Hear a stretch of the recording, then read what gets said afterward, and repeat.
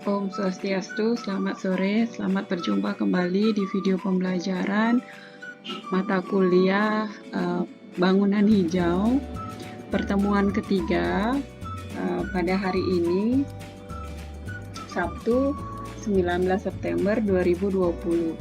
Jadi pertemuan kali ini mundur dari pertemuan kita seharusnya di hari Kamis tanggal 17. Hal ini terjadi karena tanggal tersebut bersamaan dengan perayaan Hari Raya Manis Galungan bagi umat Hindu. Jadi sebelumnya saya ingatkan bahwa hari ini tanggal 19 September adalah hari terakhir pembayaran SPP. Semoga kalian semua sudah bayar SPP dan segera untuk melakukan KRS, karena hari ini juga adalah hari terakhir untuk melakukan registrasi KRS ya. Jadi untuk semester 5 KRS-nya jangan lupa ditambahkan KKN dan KAT sehingga kalian punya SKS 19 SKS. Jadi teorinya 16 dan KKN-nya itu 3 SKS. Oke, saya mulai saja untuk pertemuan kali ini, yaitu mengenai Greenship Rating Tool.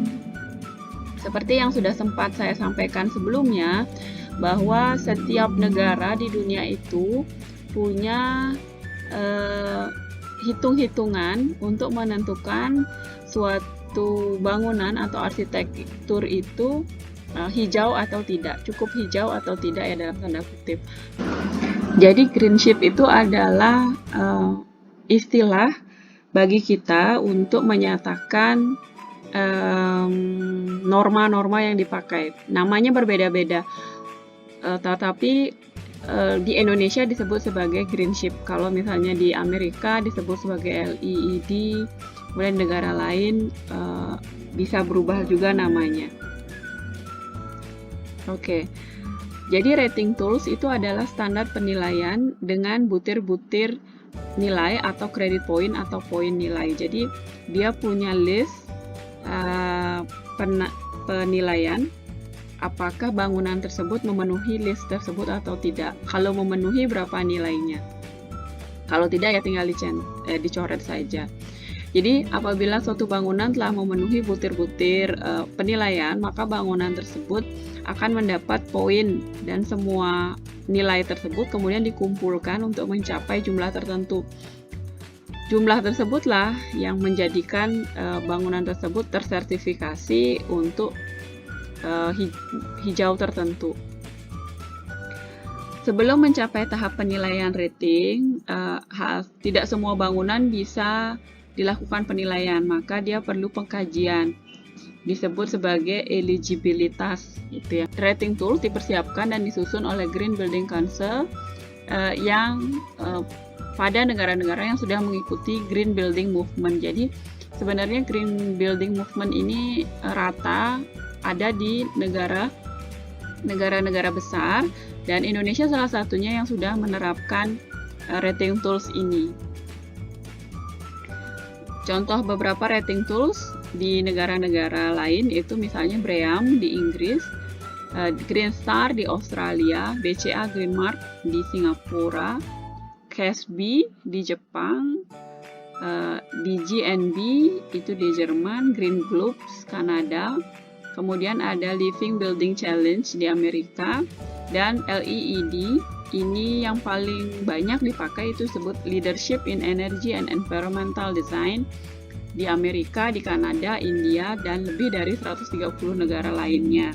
Jadi sistem LEED inilah yang paling banyak dipakai. Ini penilaiannya berbeda-beda, tetapi pada intinya menuju ke kesamaan persepsi terhadap 6 konsep arsitektur hijau yang sudah saya sebutkan sebelumnya. Berikutnya saya perkenalkan satu persatu ya. BREEAM. BREEAM ini adalah sistem penilaian yang digunakan di Inggris, tetapi jarang digunakan di Amerika. Jadi orang Inggris sama Amerika punya persepsi yang berbeda terhadap bangunan hijau, padahal sebenarnya sih sama aja isinya ya. BREEAM ini mengukur kinerja dengan 9 kriteria. Ya, ada bangunan dan konstruksi, kesehatan dan kesejahteraan, energi, transportasi, air, limbah, bahan material, penggunaan lahan, dan polusi. Kemudian tata cara penilaiannya, kriteria itu mendapatkan kredit dari 6 sampai ke 9. Jadi nilainya beda-beda. Misalnya 6 itu penggunaan air dan 19 itu energi yang paling tinggi.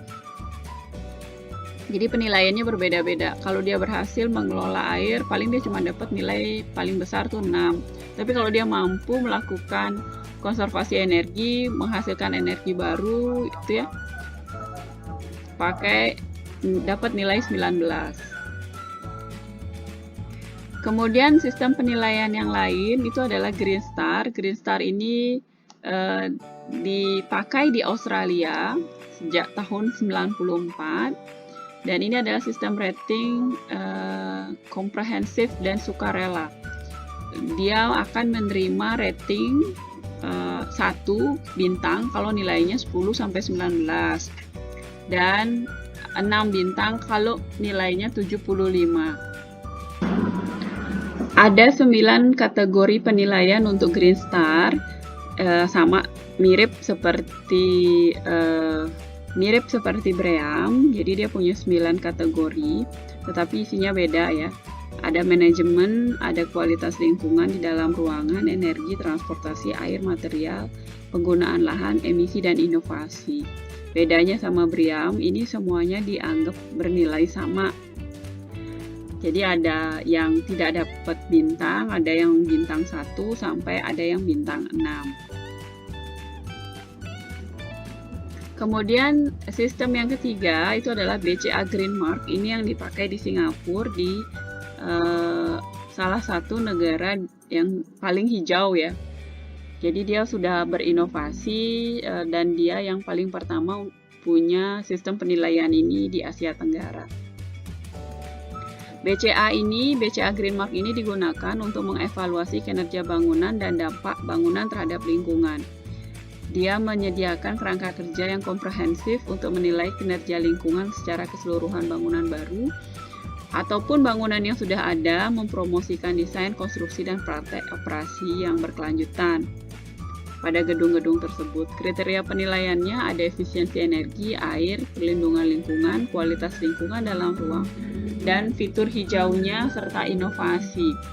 Kalau di Green Star itu ada bintang, penilaiannya itu pencapaiannya menggunakan bintang. Kalau di BCA Green Mark dia pakai Platinum, Gold Plus, Gold atau Certified. Jadi yang berhasil pakai seperti itu.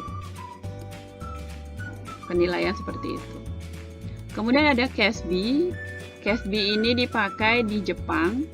Banyak dipakai di Jepang, tetapi tidak dipakai di Amerika. Sistemnya punya 4 sistem dasar, yaitu energi, sumber daya, lingkungan lokal, dan lingkungan dalam ruangan. Dimulai dari nilai C hingga ke nilai S. C, B, A, dan S. Oke. CASB untuk di Jepang.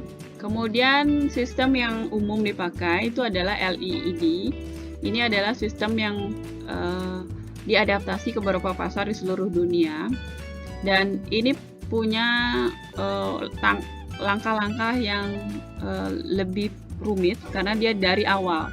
Dia menilainya sejak awal, yaitu dimulai dari pengembangan teknis, uji coba, kemudian dia melakukan penilaian terhadap publik, persetujuan, kemudian baru pada publikasi. Jadi sistem LEED ini yang paling jamak dipakai di Amerika, dan kemudian karena Amerika jadi benchmark dari banyak sistem, maka LED ini kemudian diadaptasi ke berbagai negara. Kemudian di Indonesia punya apa? Indonesia itu punya Greenship Rating Tools, seperti judul materi kita hari ini. Jadi sebenarnya dia masih dalam sistem draft dan sudah dikembangkan, sudah diimplementasikan juga, tetapi terbuka untuk pengembangan. Dan ini yang kita pakai, sistem rating ini yang kita pakai. Jadi suatu bangunan bisa mengklaim dirinya green building itu berdasarkan sistem apa? Harus berdasarkan sistem greenship ini, yang kemudian penilaiannya juga dilakukan oleh pihak greenship atau disebut sebagai GBCI. Greenship ini didukung oleh World Green Building Council, jadi dia bukan lembaga abal-abal, dan dia berada bisa untuk bangunan lama ataupun bangunan yang baru. Paling tidak ada 6 aspek penilaian greenship. Ini sama seperti yang dipakai pedoman adalah arsitektur hijau, yaitu pertama, tepat guna lahan, apakah dia sesuai dengan peruntukannya atau tidak, penggunaan site-nya, efisiensi energi dan refrigeran, konservasi air, sumber dan siklus material, kualitas udara dan kenyamanannya, serta manajemen lingkungan bangunan. Kemudian dalam aspek tersebut ada beberapa rating yang mempunyai nilai dan diolah untuk menentukan penilaian. Jadi ini masih sederhana sekali penilaiannya, tetapi kita tidak menutup kemungkinan nanti greenship ini bisa lebih bagus, bisa lebih spesifik, dan bisa diimplementasikan untuk seluruh bangunan di Indonesia. Nah ini ya penilaian greenship gedung baru. Eligibility-nya ada 7 kriteria. 5 kriterianya ini adalah sesuai dengan peraturan pemerintah, tata ruang kotanya sesuai, sistem pengelolaan kotanya juga sesuai, kemudian standar proteksi kebakarannya punya, standar terhadap tahan gempa, dan aksesibilitas untuk penyandang cacat juga tidak dilupakan. Ditambahkan dengan 2 syarat dari GBCI, yaitu luas minimum dan kesediaan data agar dapat diperoleh. Ini juga penting bagi penilaian gedung baru. Ada 6 kategori yang masuk dalam penilaian greenship, yaitu penggunaan lahan, penggunaan energi, airnya, sumber daya bahan bangunannya, material, penggunanya, apakah sehat, apakah nyaman, dan yang terakhir adalah manajemen dari gedung tersebut. Kemudian ada 3 kriteria yang penting dalam implementasi praktik ramah lingkungan, yaitu prasyarat, kredit, dan bonus. Jadi kriteria-kriteria ini bisa ditambahkan pada penilaian kategori sebelumnya. Kriteria prasyarat itu adalah kriteria yang ada di setiap kategori dan harus dipenuhi sebelum penilaian. Jadi itu dipastikan sebelum tim dari greenship datang, tim dari GBCI datang, kriteria prasyaratnya sudah dilengkapi tersebut. Jadi ini adalah kriteria minimum gedung ramah lingkungan.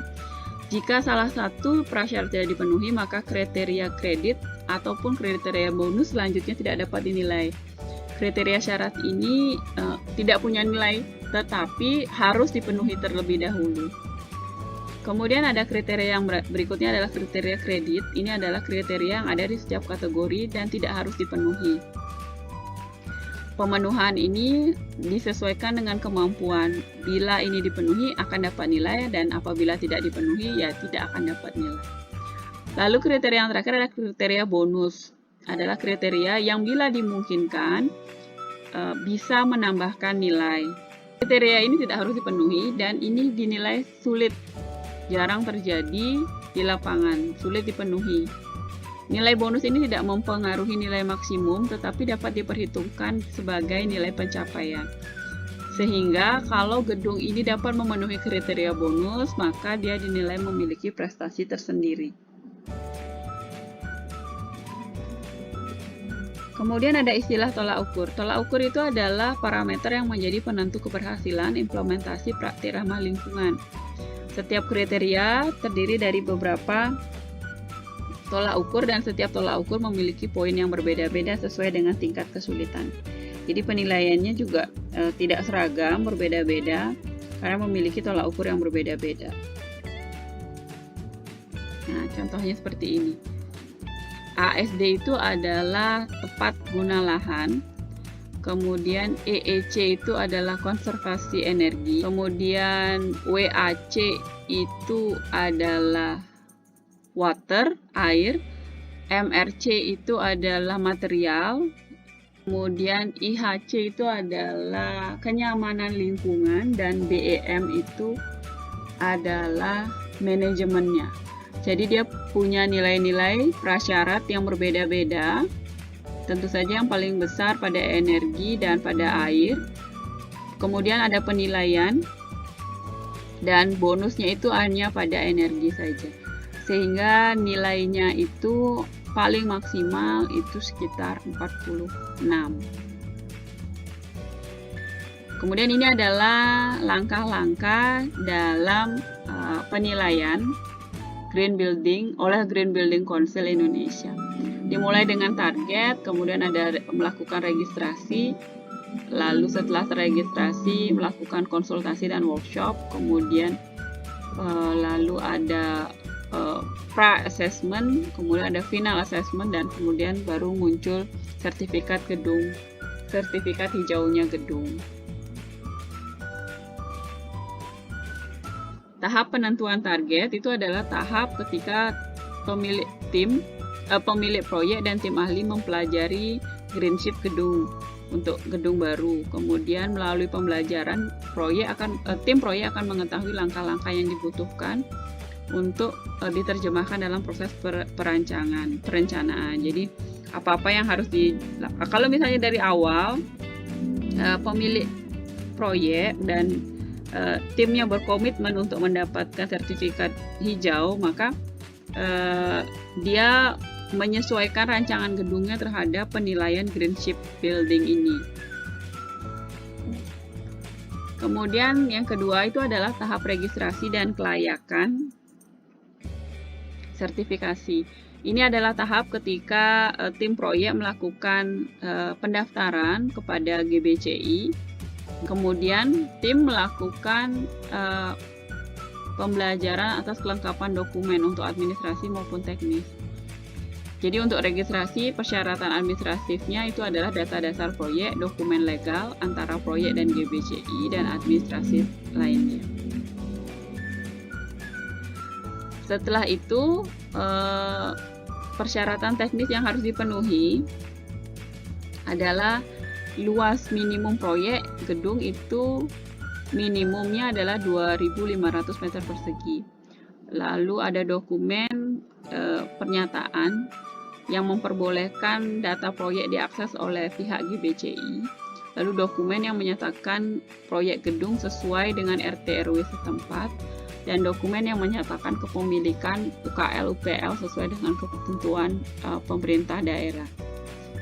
Selanjutnya adalah dokumen pernyataan standar keselamatan dan kebakaran, standar tahan gempa, dan standar aksesibilitas penyandang cacat.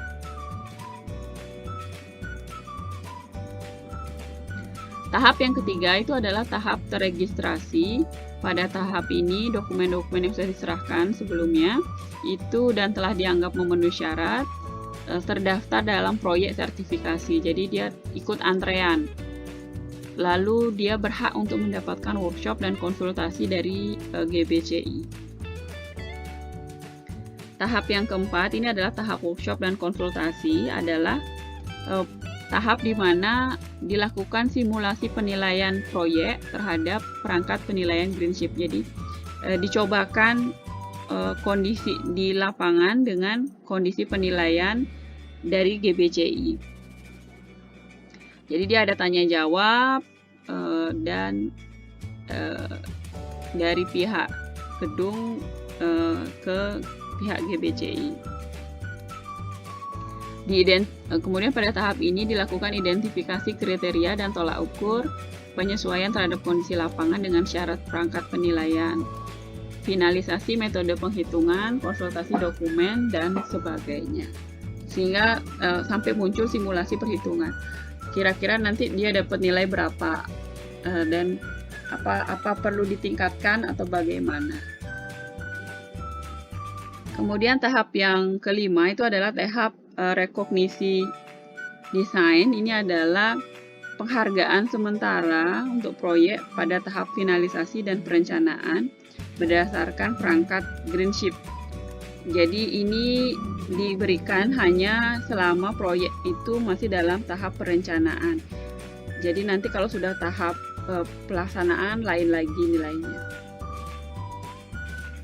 Lalu ada tahap penilaian akhir. Tahap ini ketika proyek dinilai secara penuh, baik dari desain, konstruksi, sehingga merupakan kinerja gedung secara menyeluruh. Tahap yang ketujuh itu adalah tahap gedung bersertifikat, yaitu setelah hasil keputusan dalam penilaian, gedung berhak mendapatkan sertifikat Greenship yang berlaku selama 3 tahun.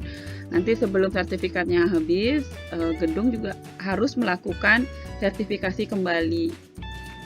Dalam Greenship, peringkat-peringkatnya itu adalah nilai paling besar itu adalah 77 untuk rekognisi dasar. Tetapi untuk penilaian akhir, nilainya paling tinggi itu adalah 101. Penjabarannya dapat dilihat pada tabel seperti ini. Ya, ini ya. Tabelnya untuk rekognisi dasar dan untuk penilaian akhir. Beda sama yang tadi. Yang tadi itu kan dari awal sekali ya, tabel yang pertama, slide yang pertama. Jadi slide yang ini kan beda nih ya, apakah dia bisa akan ternilai atau tidak kalau dia prasyaratnya sudah terpenuhi. Tetapi tabel yang ini adalah tahap ketika sudah penilaian. Bahwa nilai untuk site-nya, untuk energi, untuk air, untuk material, untuk kenyamanan dalam lingkungan dan manajemennya 77. Ya, ini paling besar dan untuk penilaian akhir nilainya 101. Oke ya, jadi ini dia adalah nilai dan peringkatnya. Kalau nilainya 56 sampai 74 ya dapat platinum. Kalau nilainya 43 sampai 58 dia dapat gold, silver 35 sampai 46, bronze 27 sampai 35. Oke.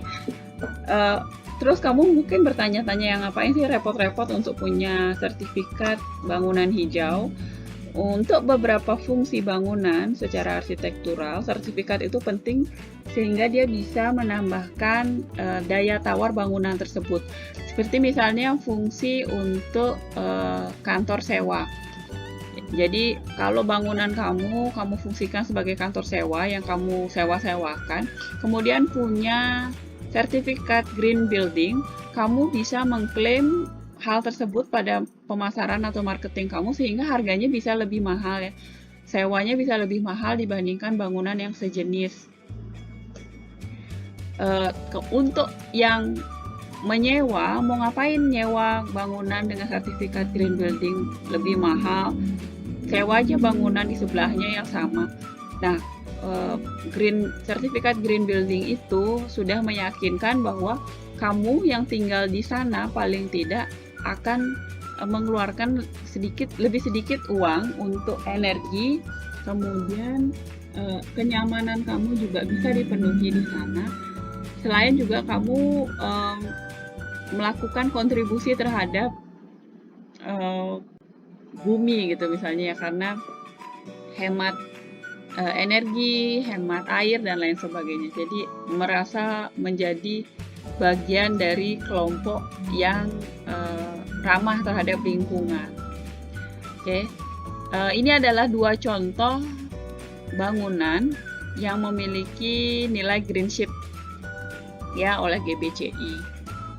Yang pertama itu adalah gedung BCA di Jakarta, dan satu lagi ini adalah gedung Mesiu ya deh. Pabrik senjata itu punya gedung, dan kedua-duanya hanya ini saja yang dapat penilaian yang tinggi ya di Greenship, tetapi sekarang mungkin sudah bertambah lagi nih yang awal-awalnya penilaian gedung hijaunya seperti itu. Jadi menara BCA dan gedung Mesiu ini. Oke, demikian materi dari saya untuk hari ini. saya pikir sudah cukup untuk membuat inspirasi bagi kalian. Saya masih menunggu juga nama-nama anggota tim kalian untuk tugas 1, tugas 2, dan tugas 3, serta tugas 4. Harap segera dikirimkan ke GCR. Untuk format dari tugas 1, saya juga sudah share di GCR, silahkan dicek dan mulai dikerjakan. Untuk mulai minggu depan, saya harap kalian sudah bisa menyetor progres dari tugas 1. Oke? Sekian dari saya, sampai ketemu lagi. Terima kasih sudah mendengarkan, semoga terinspirasi. Om Santi, Santi, Santi Om.